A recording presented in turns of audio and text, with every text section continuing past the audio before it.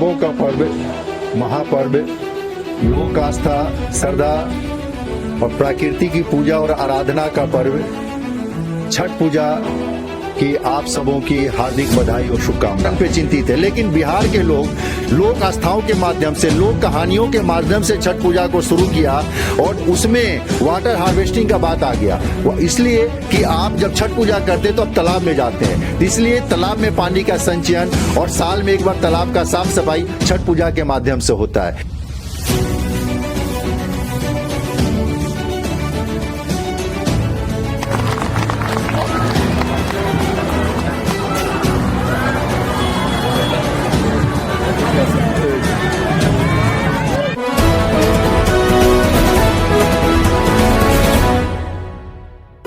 जय छठी मैया। आज छठ पूजा महाकवरेज के तहत गुरुग्राम के सुशांत लोक आए हुए हैं, सुशांत लोक वन में, जहाँ की आप देख सकते हैं कि हमारे साथ हरियाणा बीजेपी के NRI सेल के वरीय सदस्य एवं RWA सुशांत लोक वन के महासचिव दीपक वर्मा जी से आज बात होगी छठ पूजा के महत्व के बारे में, और जो छठ पूजा और बिहार का इसका क्या कनेक्शन है तो बताएंगे दीपक जी।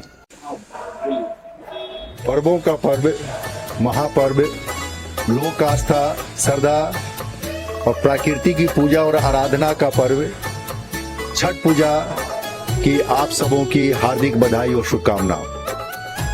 छठ पूजा का जहाँ तक मनाने का संबंध है, इसके विषय में एक किंवदंती है, कहानी है कि महाभारत में जब पांडव सब कुछ जुआ में हार गए थे तो द्रौपदी जी ने छठ पूजा का व्रत रखा था।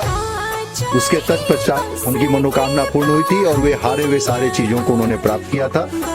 इसके साथ ही साथ इसका जो वैज्ञानिक कारण है कि कार्तिक मास के षष्ठी के दिन डूबते हुए सूरज के समय जब पानी में हम खड़े होते हैं, उसका जो पानी के साथ सूरज का किरणें जब प्रतिबिंबित होके रिफ्लेक्शन उसका जब मानव आदमी के शरीर पे पड़ता है तो उसके असाध्य दुख रोग से निवारण होता है। इसी तरह से अगले दिन सुबह में पानी में खड़े होने से जो सूरज के किरणें से प्रतिबंधित होकर आदमी के मानव के शरीर पे जब आता है तो उससे असाध्य रोगों का निवारण होता है।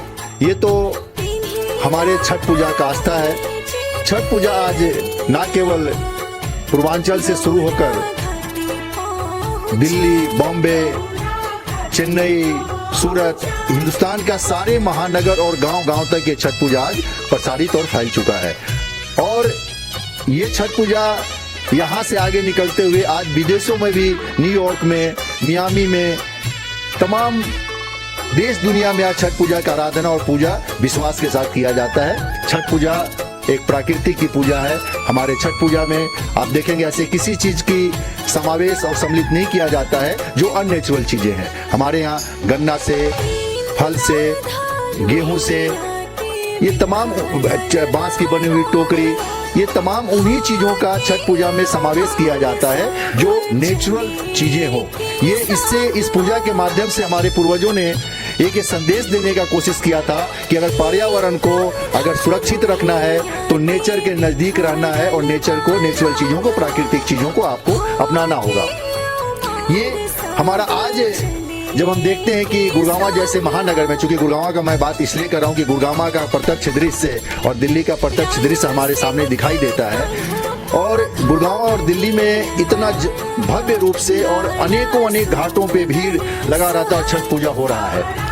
ये कई बार ये बातें तो और सुखमय भी लगता है और कई बार ये बात चिंता का विषय भी होता है जब हम रेलवे स्टेशन पे जब जाते हैं और ट्रेनों में, मतलब भीड़ हम कैसे कहें, मतलब भीड़ों का भीड़, महाभीड़ वो स्टेशन पे दिखाई देता है। चाहे वो बॉम्बे का स्टेशन हो, सूरत का हो या दिल्ली का हो, हर जगह पूर्वांचल में जाने वाले लोगों का भीड़ लगा हुआ है। ट्रेनों में जगह नहीं है, आरक्षित डब्बों का कोई मतलब नहीं रह गया है। इससे एक चिंता भी ये बनता है कि क्या बिहार से शुरू में जितने लोगों ने बिहार में शासन किया, बिहार के बारे में कभी किसी ने सोचा नहीं। बिहार का कैसे आर्थिक विकास हो, बिहार के लोगों को बिहार में कैसे रोजी रोजगार मिले, ताकि आज वो छठ जैसे महापर्व में अपने रोजी रोटी के लिए दूर देशों में जाके कमा रहे हैं और पर्व में शामिल होने के लिए इतने कष्ट और भीड़ों का सामना कर रहे हैं, वो इससे मुक्ति मिल सकती थी उनको।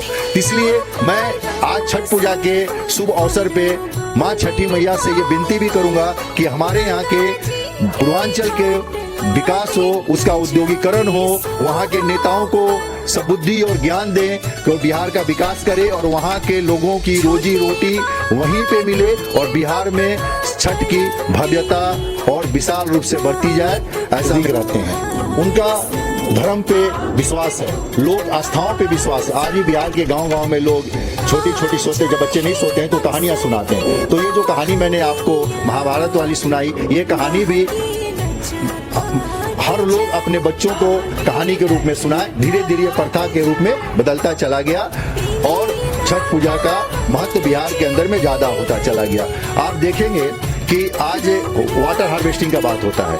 वाटर हार्वेस्टिंग का सरकार बड़ी चिंतित है, पर्यावरण पे चिंतित है, लेकिन बिहार के लोग लोक आस्थाओं के माध्यम से, लोक कहानियों के माध्यम से छठ पूजा को शुरू किया और उसमें वाटर हार्वेस्टिंग का बात आ गया। वो इसलिए कि आप जब छठ पूजा करते हैं तो आप तालाब में जाते हैं, इसलिए तालाब में पानी का संचयन और साल में एक बार तालाब का साफ सफाई छठ पूजा के माध्यम से होता है। तो ये बिहार में जगह जगह तालाब बने हुए हैं। तो ये बिहार में के लोग छठ पूजा के प्रति काफी, ना केवल बिहार, पूर्वांचल, अब तो मैं ये बोलूंगा कि पूरे देश दुनिया में छठ पूजा एकदम से महापर्व के रूप में विकसित हुआ है। सारे त्योहार को पर्व बोला जाता है, लेकिन छठ पूजा को महापर्व बोला जाता है। इस मौके पर आप क्या लोगों को संदेश देना चाहिए? मैं लोगों को ये संदेश दूंगा कि छठ पूजा में जो साफ सफाई, जो विश्वास का, जो आस्था का जो भाव है, उस भाव को आप अपने सीने में संजोए रखिए। जिस देश के, विदेश के जिस कोने में रहिए, आप पूर्वांचल होने का परिचय छठ पूजा के माध्यम से देखिए। उसी तरह आप साफ सफाई अपने आसपास का पूरे साल बनाए रखिए, उसी तरह सच्चाई और सफाई के साथ जिंदगी जिए। ऐसा मेरा संदेश है